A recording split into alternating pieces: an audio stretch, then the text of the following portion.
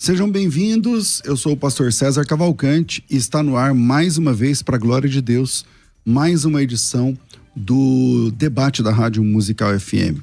Nós vamos juntos até o final dessa programação e que Deus nos ajude a termos um bom programa, que o Espírito Santo trabalhe na minha, na sua, nas nossas vidas e que juntos exaltemos e glorifiquemos o nome do Senhor que vive e reina para todo o sempre.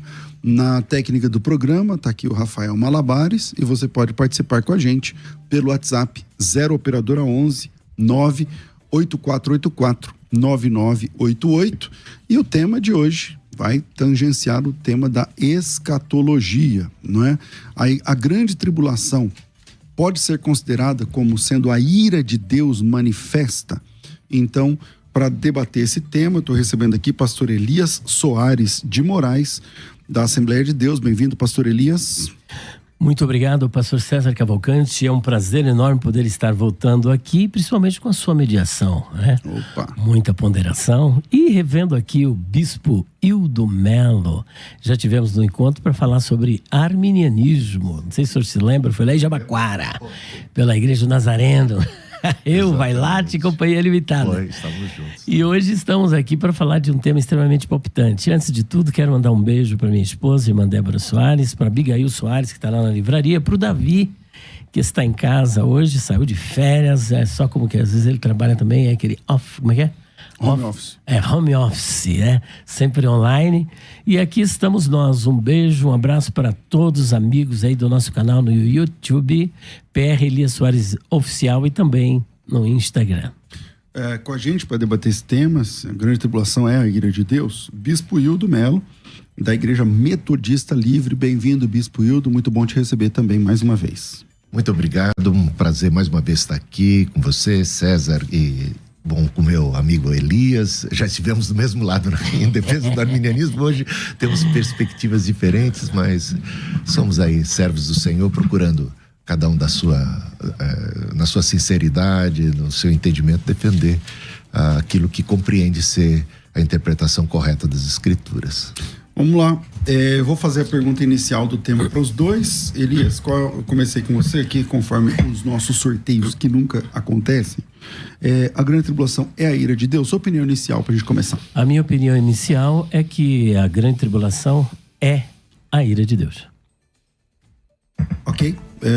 Bispo Hildo, sua opinião inicial, a grande tribulação é a ira de Deus? Na minha opinião, não. Porque a grande tribulação, ela depende do público-alvo, né? Por exemplo, a ira de Deus é sempre um juízo de Deus contra os impenitentes, contra os ímpios. Então, dependendo. Só que existe grande tribulação, por exemplo, como juízo de Deus contra Jerusalém, que mata os profetas, apedreja tantos quantos se são enviados. Então Mateus 24 fala dessa grande tribulação, que é o juízo de Deus para Jerusalém, para os judeus. Só que em Apocalipse capítulo 7, no livro de Apocalipse, em outras passagens, nós vemos uma outra espécie de grande tribulação, da qual os mártires da glória, né, estão ali sendo martirizados, perseguidos pela besta, pelo inimigo. Então tem duas naturezas a grande tribulação, enquanto a ira de Deus sempre tem uma, é sempre o foco entender. Do inimigo. Lá no @FM Rádio Musical no Instagram tem essa pergunta. Nesse momento, 53% estão com o pastor Elias, sim, a grande tribulação é a ira de Deus, e 47% dizem que não é a ira de Deus. Então, volto aqui, pastor Elias, para você abrir aí a sua opinião de forma mais tranquila agora. Muito bem, é importante nós descrevermos aqui o que é grande tribulação e o que é a ira de Deus.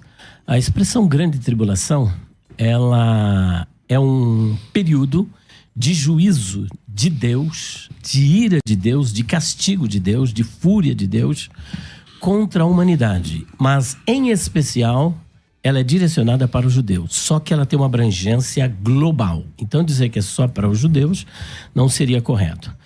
Porque nós encontramos, por exemplo, em Daniel, capítulo 12, versículo 1, naqueles dias haverá uma tribulação como nunca houve e nem jamais haverá.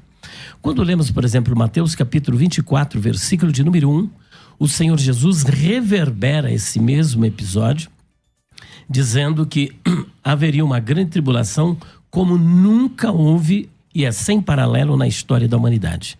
Lendo Marcos capítulo 13, versículo de número 19, a grande tribulação está presente de novo. Lucas capítulo 21, versículo de número 23, encontramos novamente esta grande tribulação, e ela sempre tem uma abrangência global. Quando vamos para Apocalipse capítulo 3, versículo de número 10, ainda que o termo ali não aparece Tlipsis Megali, e vale salientar que nem sempre a grande tribulação é descrita como Tlipsis Megali. Neste caso, ali é peirasmu, como tentação, como provação, assim como em outras passagens também. Não fala de grande tribulação, mas fala de angústia, fala de sofrimento, fala de aflição, e os termos gregos são justamente outros. Então nós temos uma grande tribulação abrangendo toda a humanidade. E quando olhamos, por exemplo, para a questão da ira de Deus, que é também esta mesma grande tribulação, nós percebemos que é para toda a humanidade, de acordo com Lucas capítulo 21, versículo de número 23. Ali nós temos dois vocábulos, um é tlipsis e outro é orge.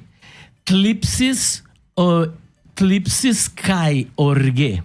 Ou seja, é uma tlipsis megali kai orge, tlipsis megali, grande tribulação. E nós temos a conjunção kai, que neste caso é uma conjunção copulativa, e a copulativa jamais desassocia uma coisa da outra. É grande tribulação e ira sobre todos, não separa se é sobre um ou se é sobre outro, mas é sobre todos, grande tribulação e ira. Então veja que entre a grande tribulação e a ira, que é orgue, você tem uma conjunção copulativa, é mais ou menos semelhante ao que acontece em Mateus capítulo 3, versículo de número 11. Ele vos batizará com o Espírito Santo e fogo. É outra conjunção copulativa que aparece ali, conectando uma coisa à outra. Ok, Bispo Hildo Melo. Muito bem, Mateus capítulo 24, Marcos capítulo 13, Lucas capítulo 21 são textos paralelos, é o sermão das últimas coisas, o sermão escatológico de Jesus, onde Jesus trata da grande tribulação, só que para entender, veja bem o capítulo 23 de Mateus explicando que desde o 23, somando com 24 ali de Mateus, você vai ver nitidamente que o contexto é judaico.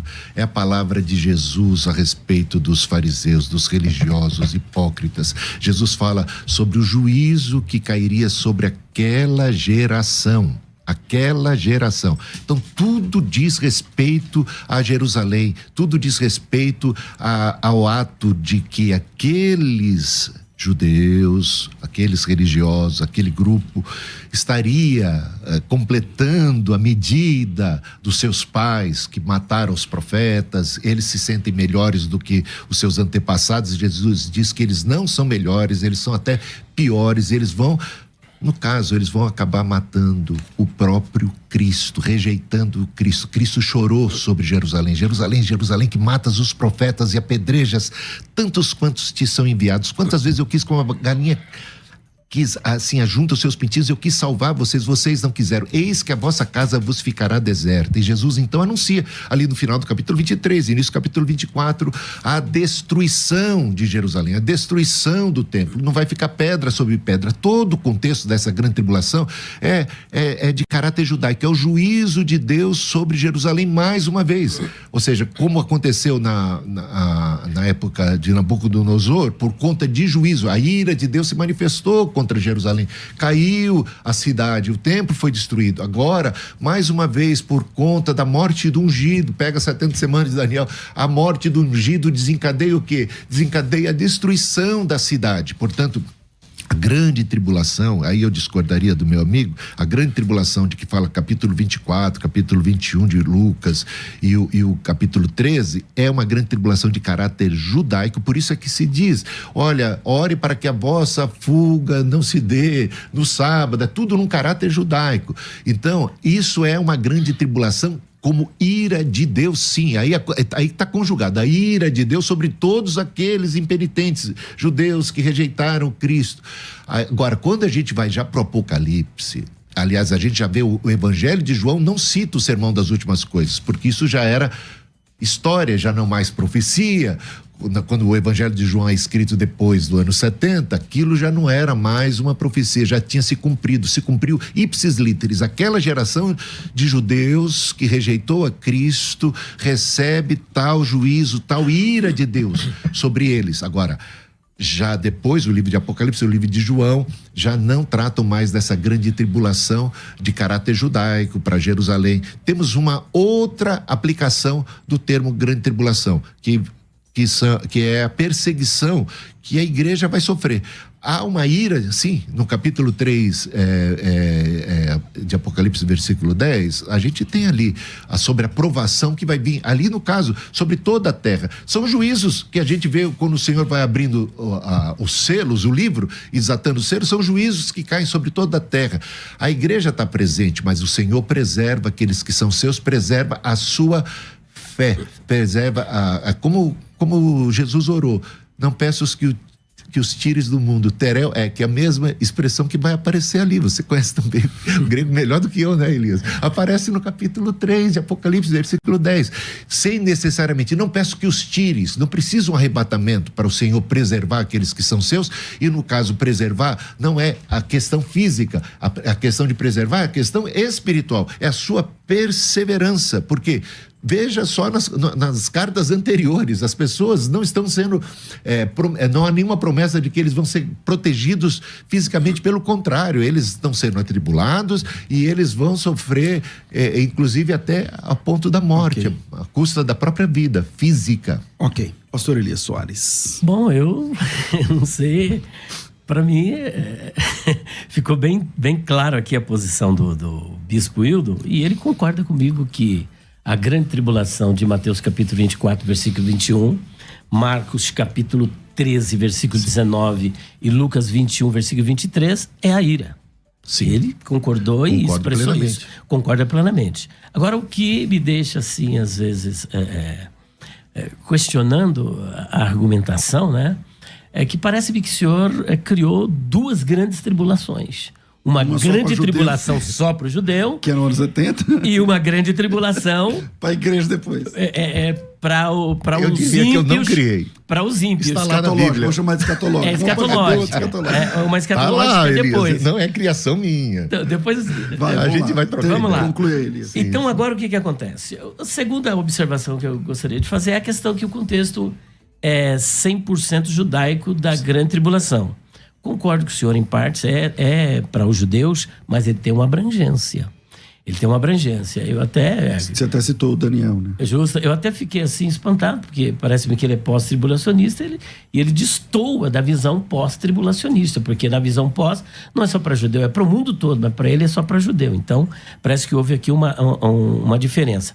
Agora, se essa grande tribulação é só para judeu, e parece-me que o senhor vai fazendo uma leitura a partir do versículo 15, quando virdes que a abominação da desolação de que profetizou o profeta Daniel está no lugar santo, quem lê entenda. Se estiver na Judéia, fuja para os montes. Depois, ai das grávidas que se amamentarem naquele dia e daqueles que guardam o sábado. Então, o sábado não é para a igreja, logo Sim. tem que ser para judeu. Só que aí depois ele diz o porquê, a motivação, a razão pela qual eles deveriam fugir. Porque haveria uma tribulação tão grande, ou tlipsis megali, que é a expressão grega, como nunca houve e nem jamais haverá. Nunca houve e nem haverá jamais. Então, a gente criar uma segunda tribulação igual ou maior... qual das duas é a maior, né? Você está me entendendo? Contraria o que Jesus disse. Só que tem outro problema. Apesar de eu não crer que depois da grande tribulação ocorre o arrebatamento... Eu creio que Jesus voltará glorioso, visível, depois da grande tribulação, não para arrebatar a igreja, mas depois da grande tribulação, com a igreja e os seus anjos, para estabelecer aqui, para fazer aqui juízo contra as nações. Só que se o senhor limitar isso apenas aos judeus e dizer que aquilo ali tem um caráter apenas judaico, que tudo aquilo se cumpriu no ano 70, nós teremos um problema. Porque nada daquilo que está no versículo 29, eu até gostaria de ler, se cumpriu até agora. Nada do que está no versículo 29 ao 31. Olha só o que está escrito. E logo depois da aflição daqueles dias, ou seja, da grande tribulação. O sol escurecerá e a lua não dará sua luz, e as estrelas cairão do céu e as potências do céu serão abaladas. E olha só o 30. Então aparecerá no céu. E agora, quando se diz aqui logo depois, a palavra grega é imediatamente. Na sequência. Na sequência, não tem... É logo na sequência. Então aparecerá no céu o sinal do Filho do Homem. E todas as tribos da terra se lamentarão e verão o Filho do Homem vindo sobre as nuvens do céu com poder e grande glória. O que eu percebo? Apesar de o senhor ser um pós-tribulacionista, acho que é milenista também, aliancista, o senhor fez uma confissão preterista. Então, para mim, isso é o preterismo. O preterismo vai nessa mesma esteira que o senhor caminha, apresentando que Jesus já voltou, que nós não temos que esperar a volta de Jesus. Inclusive, lá no Rio de Janeiro, tem um camarada lá que diz que o Apocalipse é o jornal de ontem. Pode rasgar que não tem nada mais para se cumprir. Bispo Hildo, e aí, se lá é a grande tribulação de Mateus, acho que esse é o grande argumento do Elias aqui, primeiro, nunca houve, nunca mais haverá. E se isso aconteceu no ano 70, então isso é maior que a grande tribulação escatológica, que dos selos e tudo mais, porque lá não tem os selos. E especialmente essa segunda parte do argumento aqui do preterismo.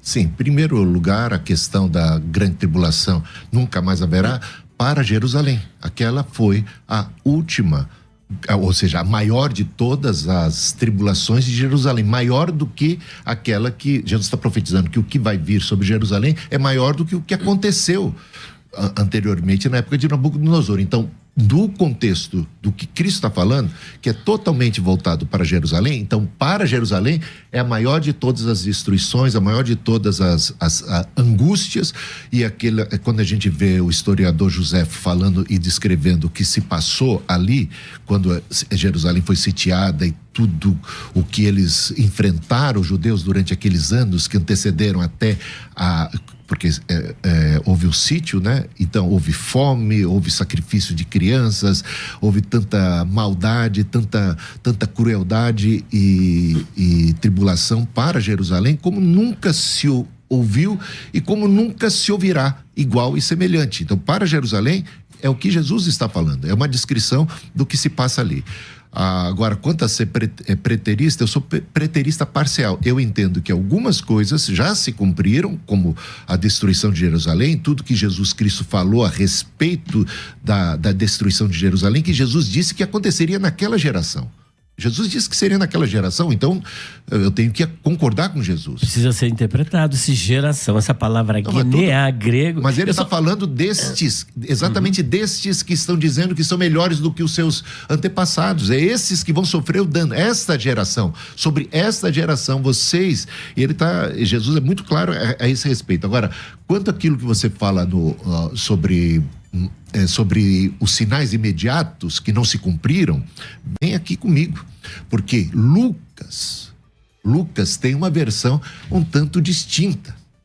Olha como que Lucas descreve. Versículo 20 do capítulo 21 de Lucas. Quando, porém, vocês virem Jerusalém sitiadas de exércitos, eles viram, aquela geração viu. Essa palavra primeiro tem que ser entendida como voltada para aquele grupo de judeus, que não era para eles tinham que bater em retirada. Foi assim que o Senhor preservou aquele grupo de cristãos e apóstolos da época, porque essa ira não era para eles, era para os impenitentes judeus. Saibam que está próxima a sua devastação de Jerusalém, como aconteceu. Então, os que estiverem na Judéia fujam para os montes, os que encontrarem... Você está percebendo que é o mesmo texto de Mateus 24, por exemplo. Então, os que estiverem na Judéia fujam para os montes, e os que se encontrarem dentro da cidade saiam dela. E os que estiverem nos campos não entrem na cidade, porque esses dias são de vingança, ou seja, de juízo de Deus, para se cumprir tudo o que está escrito. Ai das que estiverem grávidas, das que amamentam naqueles dias, porque haverá grande aflição na terra, e a ira contra este povo. Aí que tá, meu amigão. Aqui é bem claro que a ira de Deus é contra este povo, em particular o povo judeu. Cairão ao fio da espada e serão levados cativos para todas as nações.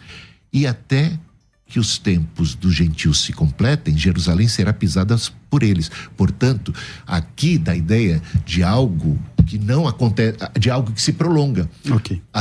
Ou seja, não vai ter a vinda de Cristo imediatamente após essa tribulação. Segundo Lucas, porque até que se complete o período dos gentios, Jerusalém será pisada. Ou seja, ele está falando de um período mais longo. Você está percebendo, Elias?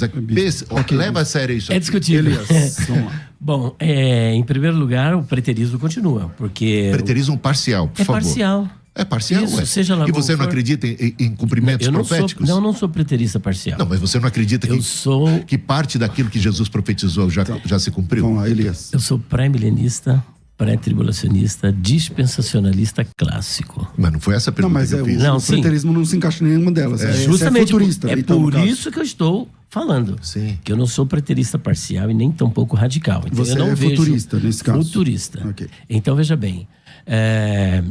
Eu penso que há uma grande contradição. Capítulo 24, versículo de número 34, e todas estas coisas precisam se cumprir. Ora bem, o versículo 34, ele vem depois do 29, 30 e 31. Se todas estas coisas precisam se cumprir naquela geração, Jesus precisa voltar, pastor. E Jesus não voltou. Todos aqueles episódios, os anjos reunindo, aquela reunião, epsinago. Sol escurecendo e tal. O epsinago, os anjos reunindo, os escolhidos, os eleitos, a trombeta tocando e os anjos reunindo ali os escolhidos. Tudo isso precisa acontecer, mas não aconteceu. Está em dívida essa questão. Então me explica Lucas 21. Bom, aí eu preciso explicar Mateus 24. Eu estou explicando Mateus 24 à luz de Lucas 21, que é paralelo. Não, veja bem. Ou não é um texto paralelo? Vamos só. Mateus capítulo 24, versículo de número 21. Está escrito assim: porque haverá então grande aflição como nunca houve... Para Jerusalém. Mas Contra aqui não está dizendo que é para Jerusalém especificamente, ó. Porque haverá, então, grande aflição como nunca houve desde o princípio do mundo até agora. Nem tampouco haverá jamais. Marcos, capítulo de número 13. Versículo de número 19, a gente não pode desprezar essas de passagens maneira bíblicas, alguma. né? Aliás, eu estou chamando a atenção para Lucas 21. Então está escrito assim, olha. Porque naqueles dias haverá uma aflição tal qual nunca houve desde o princípio da criação que Deus criou até agora e nem jamais haverá. Quando vamos para Apocalipse, capítulo 3, que o senhor conhece muito bem, versículo de número 10, ele vai falar da abrangência dessa grande tribulação, que é a mesma. Eu não conheço outra grande tribulação. É uma só. Versículo 10. Como guardaste a palavra da minha paciência, também eu te guardarei da hora da tentação que há de vir sobre todo o mundo para tentar quem? Os que habitam na terra. Não diz que aqui é só judeu. Sim, eu concordo. Os que habitam na terra. Mas para então, mim está falando aqui, de outra coisa aí. Agora, nós temos ainda, falando da grande tribulação, outras passagens bíblicas. Jeremias capítulo 30, versículo 7. Mas Daniel você não capítulo... falou Por que você fugiu de Lucas 20? Daniel capítulo 12, versículo de número 1. E Lucas, às vezes nós temos diferentes em passagens diferentes, algum acréscimo ou decréscimo ou o mesmo episódio contado de forma diferente. Por exemplo, o ex-ladrão na cruz. Quantos ladrões falaram de Jesus? Quantos foram? Tudo bem, eu entendi. Não, é só um exemplo. Quantos? Um ou dois, dependendo da... O senhor está me entendendo? Eu entendo o que você está falando. Só que você...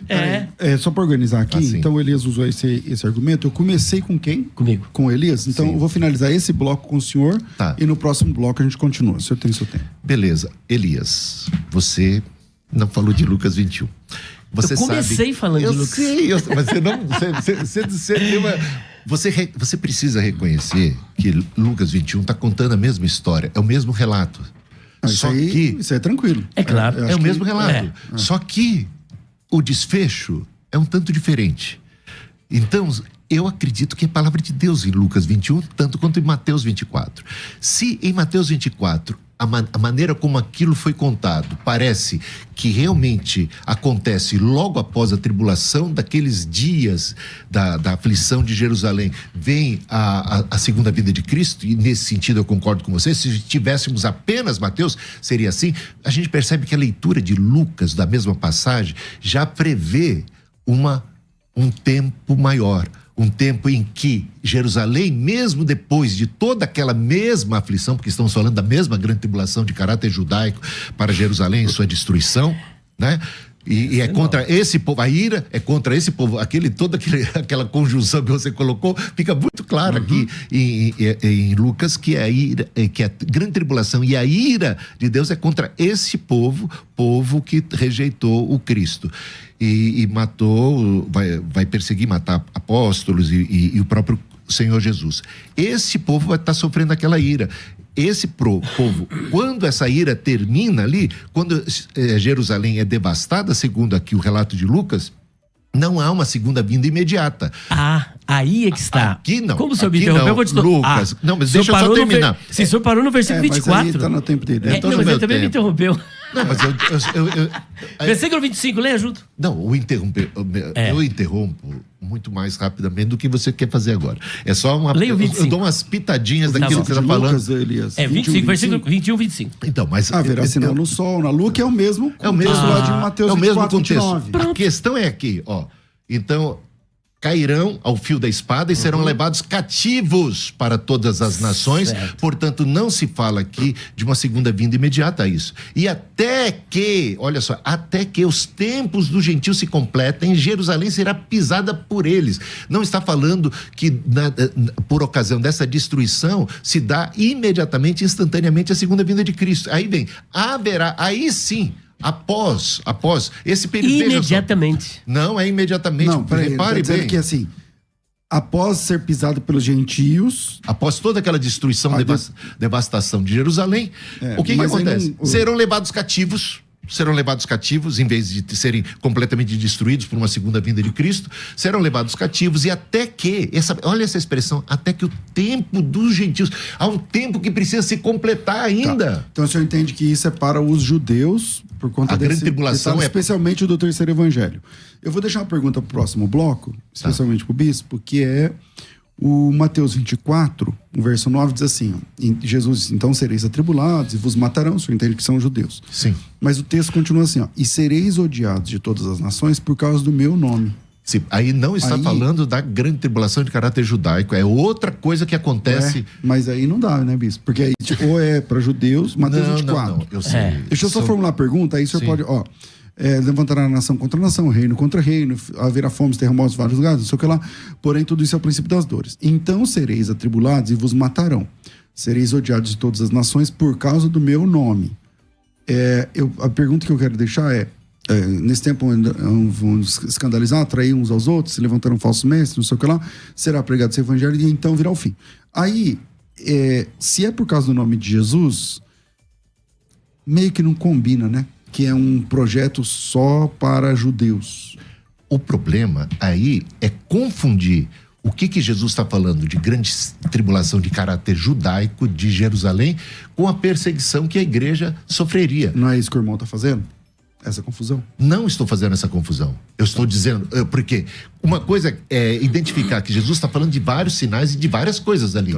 Uma delas é sobre... uma delas é sobre a destruição de Jerusalém. Como juízo de Deus... Como Jesus começa a contar. Agora, existem outros sinais da vinda, porque a pergunta é, quando sucederão essas coisas? Ou seja, a destruição de Jerusalém que Jesus anunciou. E a outra, quais sinais haverá da sua vinda? São duas coisas que estão sendo respondidas aqui por Jesus. Fechamos o primeiro bloco e você pode participar com a gente. A gente volta já. E aí eu achava que o tema ia ficar restrito à questão de pré e pós tribulacionismo. Não está sendo o caso.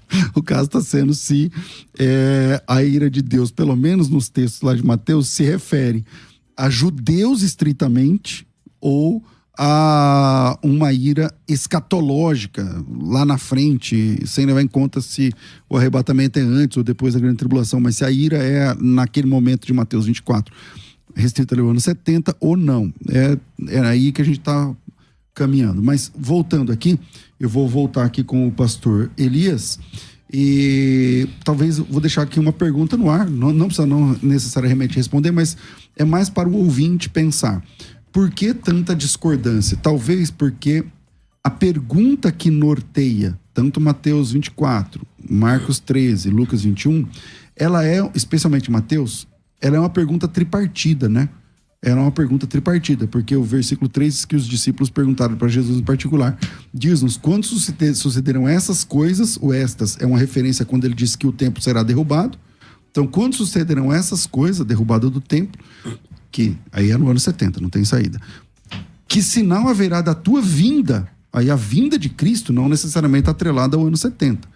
E a consumação dos séculos, o fim de tudo, como é que... Então, é uma pergunta tripartida e Jesus meio que responde, responde essas 3 questões usando Mateus 24, ou Lucas 21, ou Marcos 13, e o nosso desafio é separar uma coisa do outro. O que ele está falando do ano 70, o que ele está falando da vinda, o que ele está falando da consumação. Enfim, volto aqui com você, Elias. Muito bem. Bom, em primeiro lugar, pela primeira vez, para mim é algo inusitado, sui generis, atípico, porque eu não conheço nenhum teólogo no mundo, nenhuma, se o pastor puder, cite para mim uma obra onde algum teólogo com a visão escatológica, seja ela preterista parcial, preterista radical, seja qualquer outro, que diga que existem 2 grandes tribulações escatológicas no texto bíblico. 2, não apenas uma. Eu conheço só os teólogos que apresentam apenas uma. Então, esta é uma criatividade do senhor, é uma compreensão sua, tipicamente sua. Até no meu tempo agora, o senhor tem alguma obra que o senhor pode citar? Não é questão da obra. Não, eu tenho Apocalipse capítulo 7, por exemplo, é uma obra que eu cito. Tá. Ele fala dos mártires da glória, provenientes de todas as tribos, povos, línguas que e é a nações, grande tribulação. que vem da grande tribulação. Mas essa é a tribulação escatológica, é isso que ele está falando. Exatamente. É a escatológica. Então, aí em Apocalipse 7... É um outro assunto.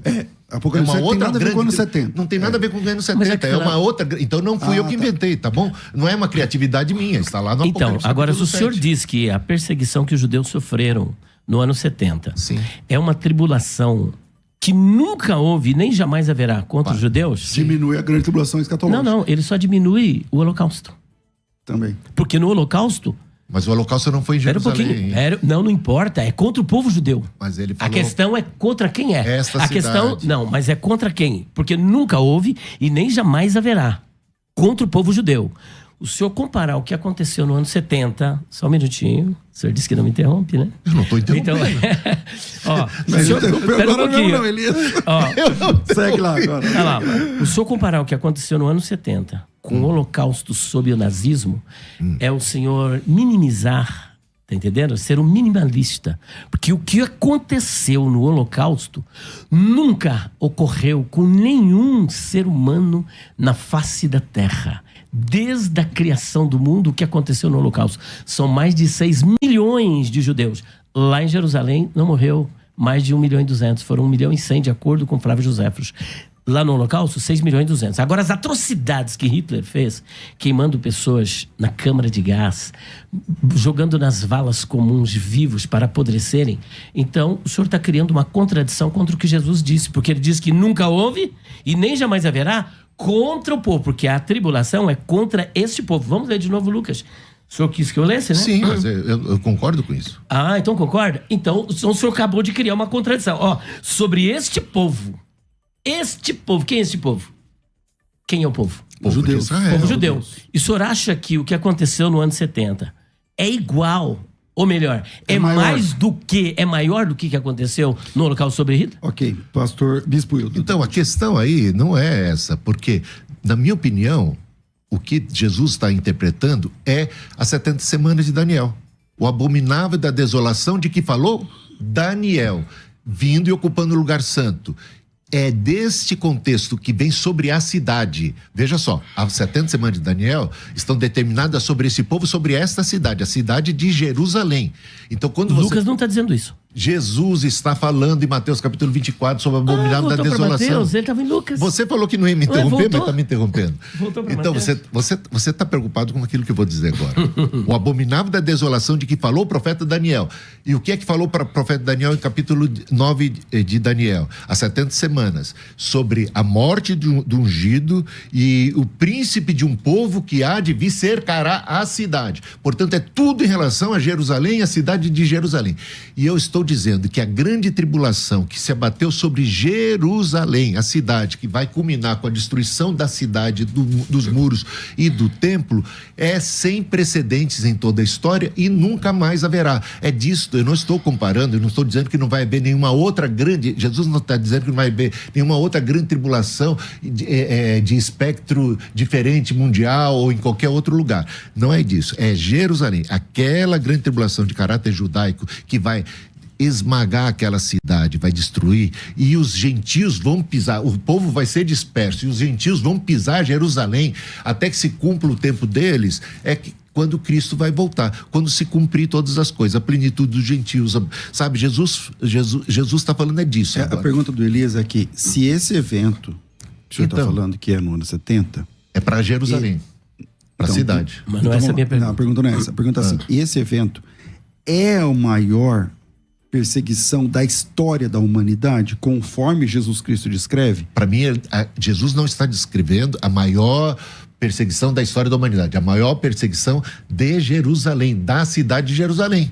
Então, bom, é disso que vai culminar. Tá contigo aí. Olha, bispo, acho mas que... aqui eu não consegui explicar. Não, mas aqui eu acho que tem uma outra coisa que ele falou e eu queria terminar. Sobre você falar que eu estou criando uma segunda grande tribulação. Não, eu não estou criando. A Bíblia começa a usar no livro de Apocalipse o termo grande tribulação, já que não tem nada mais a ver com Jerusalém, não tem mais nada a ver com o povo judeu, é uma grande tribulação escatológica, é distinta, é lá, tá lá. Bom, são pessoas provenientes eu vou passar por eles. Inegavelmente, óbvio que o ano 70 foi uma grande tribulação para os judeus, mas a discussão é se aquilo que eles passaram é a grande tribulação descrita em Mateus 24 como sendo aquela que não tem comparação, que nunca houve nem nunca mais haverá. Para Jerusalém é? Pastor Elias. Bom, nós vemos aí outra contradição gritante. No ano 70, o abominável da desolação entrou no templo de Deus parecendo Deus exigindo adoração? O general Tito fez. Ele entrou dentro do templo? Entrou dentro do templo. Qual é o registro que o senhor tem? Ele profanou o templo ou o senhor está confundindo com Antíoco Epífanes? Não, ele também profanou o templo. Pois é, eu não tenho esse registro. Segundo ponto, o abominável da desolação que entrou no templo. Jesus não falou que seria maior? Vamos ler direitinho?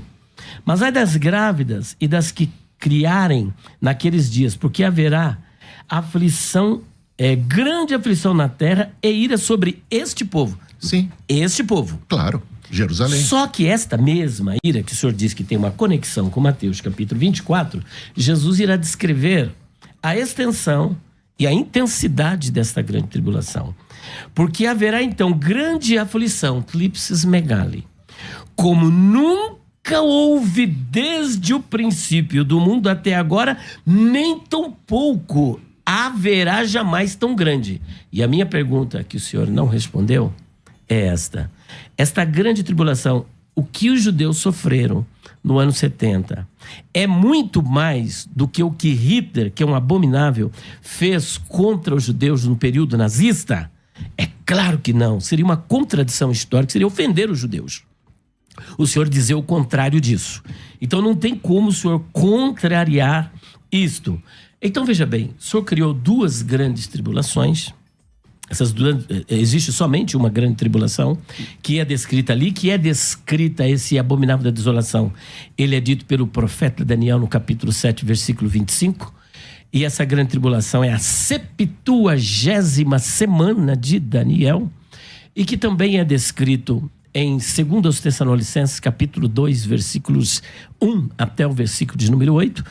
E esta grande tribulação é descrita em Apocalipse capítulo 3, versículo de número 10. E depois ela aparece novamente em Apocalipse capítulo 7, versículos 13 e 14, mostrando então essa dimensão da grande tribulação. Agora, dizer que essa grande tribulação que ocorreu, que o senhor denomina que essa é a grande tribulação, esse sofrimento dos judeus, ele é maior do que o holocausto? Se o senhor disser que é maior, o senhor está desmentindo Jesus, que diz que não haverá jamais nada maior. Está me entendendo? Claro que eu estou entendendo. Eu acho que você que não está me entendendo, porque eu claramente já apontei que a grande tribulação de que Jesus trata em Mateus capítulo 24, Marcos capítulo 21 e Marcos 13 e Lucas 21, é uma grande tribulação de caráter judaico para Jerusalém. Ele está falando... Para os judeus, para este povo. Mas, bispo, mas eu estou falando este povo. Só pra gente sintonizar, porque assim, mudou o tema. O tema é assim, a grande tribulação é a ira de Deus. Ninguém tá falando mais sobre isso. Mas a questão é a seguinte, ó. Só para sintonizar. O senhor entende que todos os eventos descritos em Mateus 24, que eu, até no último bloco, eu falei, ó, a pergunta é tripartida, não sei o que lá. Claro, eu concordo tal. plenamente com você. Mas o senhor entende que tudo que tem a ver com grande tribulação ali é apenas no ano 70 ou se derrama para a escatologia? Eu entendo o seguinte, que Jesus primeiro está respondendo três questões, como você colocou. A questão da destruição de Jerusalém ano é 70, uma. E é essa que ele aborda. O abominável da desolação, então, o abominável da desolação de que falou o profeta Daniel, vai estar no lugar e vocês que estão na Judéia fujam quando vocês virem, porque esse juízo não é para vocês. Então, essa grande tribulação de caráter judaico para Jerusalém, que vai culminar com a destruição do templo, isso já se cumpriu. Essa grande tribulação. Agora, existe uma outra tribulação, que é aquela que vem contra a igreja. Que então, sereis qual que odiados a Bíblia em todas as descreve nações. como sendo aquela que nunca houve nem jamais haverá? A de Jerusalém. Ou seja, em relação... Porque é nesse contexto que ele fala. Então, entenda, que é só no contexto em que ele fala da destruição de Jerusalém e da agonia de Jerusalém que ele fala que não vai haverá outra para Jerusalém, para a cidade de Jerusalém. Está falando do cumprimento profético das 70 semanas para Jerusalém. Então, é disso. Agora... O Apocalipse, ele já fala de uma grande tribulação de caráter universal. Ele já fala da igreja sendo perseguida, de gente... Porque... Como é que você responde, Elias? O capítulo 7 de Apocalipse, que fala dos mártires na glória, dessa multidão incontável de gente que foi martirizada, proveniente de todas as partes do mundo, e eles vêm da grande tribulação. Que grande tribulação seria essa? É invenção minha? Ou ele está falando de uma grande tribulação de natureza mais universal, que tem muito mais a ver, não é mais a ira de Deus contra determinados inimigos, ou a vingança ou o juízo de Deus, mas é a perseguição que a igreja sofre. É outra natureza de grande tribulação.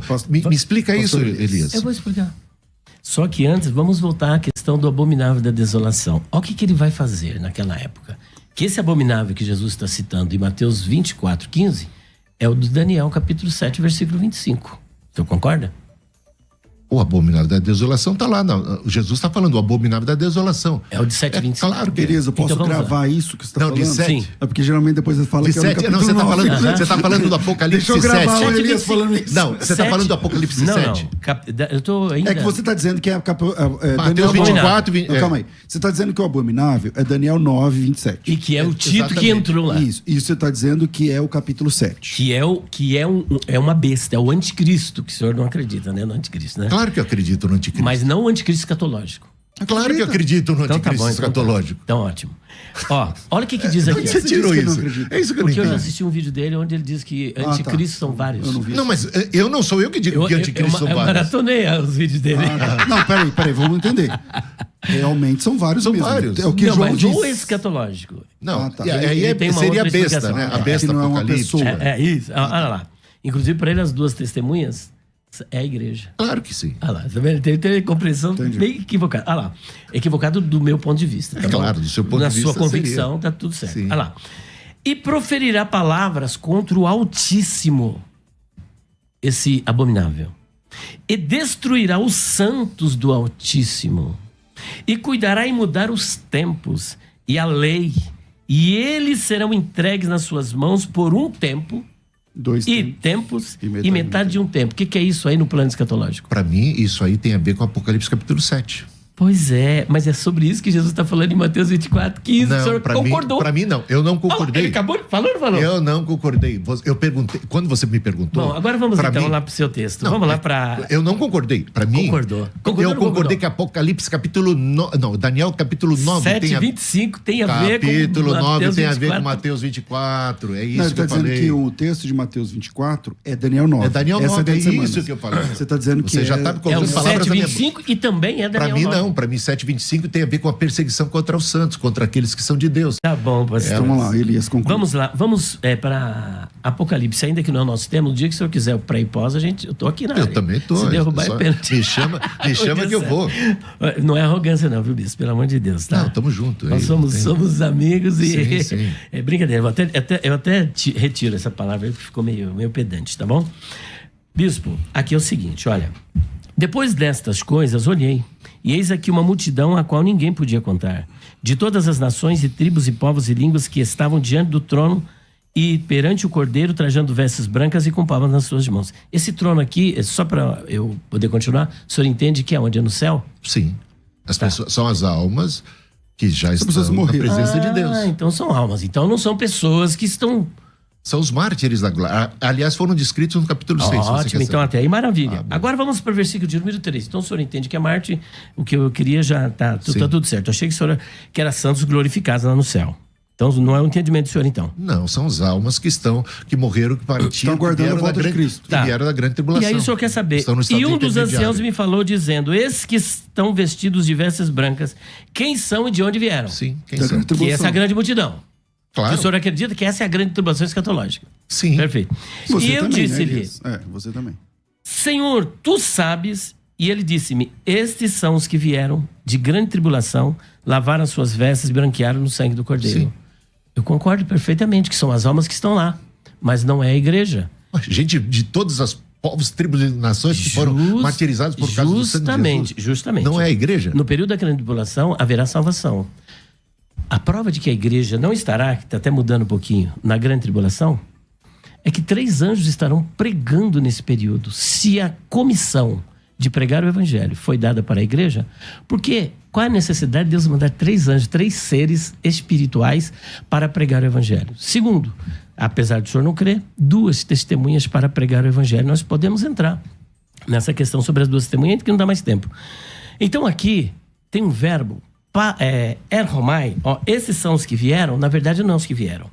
Estes são os que estão vindo. Os que estão chegando da grande tribulação. Acho que ambos concordam com isso. Ué, qual o problema? Então eu não sei qual o problema que o senhor criou aqui. O problema é que existe uma grande tribulação. Ele pediu para explicar. Explicar o quê? Uma grande tribulação que não é mais de caráter judaico. Deixa eu falar o que eu tô entendendo. Vocês entendem a mesma coisa, basicamente, desse texto. A diferença é que ele entende que é a igreja, porque obviamente. São salvos no sangue de Cristo, é a igreja. E você entende que não é a igreja, que não é a igreja igreja. Arrebatada. Mas é um detalhe que não tem a ver com o tema. Mas o que ele está defendendo é que, fora essa, já houve uma grande tribulação no capítulo 70. No ano 70. De caráter judaico. Mas, infelizmente nosso tempo é curto. Fica aí o gostinho de quero mais. Solta a vinheta de considerações finais. Vai. Considerações finais. Debates. 1 minuto e meio de relógio para cada um, porque o nosso tempo é curto, infelizmente. Vamos lá. Mas eu fiquei aqui, eu acho que o bispo Hildo foi injustiçado, porque o Elias começou e terminou esse bloco. Mas me perdoa. Agora ele vai ter que então. Me perdoa, bispo, me perdoa. A gente tá em casa, tá tudo bem. Mas só para não me sentir assim, eu vou comer meio minuto de cada um, o senhor tem 1 minuto agora. Tudo bem, Elias? Tudo bem, vamos lá, o senhor tem 1 minuto antes da consideração. Vamos lá. Tá. Então, o que eu posso dizer é que o Apocalipse capítulo 7 está falando de uma grande tribulação, de mártires que foram martirizados, gente de todas as tribos, povos, línguas e nações, alguma coisa completamente abrangente, que nada mais tem a ver com Jerusalém, com a destruição do templo. Que é a igreja. Então, é a igreja. Então, a igreja é que está sendo perseguida.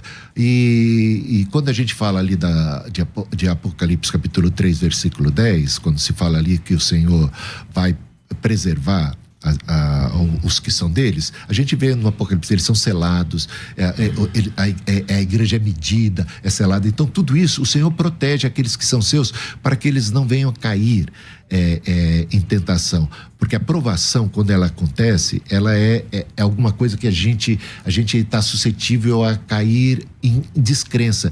Por isso que Jesus orou para que Pedro, a fé dele não desfalecesse. Quando a gente passa pelas provas e pelas provações, Porque quando de repente, aqueles selos, aquela manifestação da ira de Deus se abate sobre toda a terra, de alguma maneira, o Senhor preserva aqueles que são seus. Não peço que os tires do mundo, mas que os livres do mal. E livrar do mal não é livrar do mal físico, de uma questão, ali, no caso do Apocalipse, é livrar de cair em incredulidade, guardar a fé, preservar. É disso que se trata ali. Infelizmente, fica o gostinho de quero mais ainda, mas fica a dica aí pra gente fazer uma segunda parte. PR Elias Soares, oficial, Bispo Hildo Melo, você acha também nas redes. Eu fico por aqui.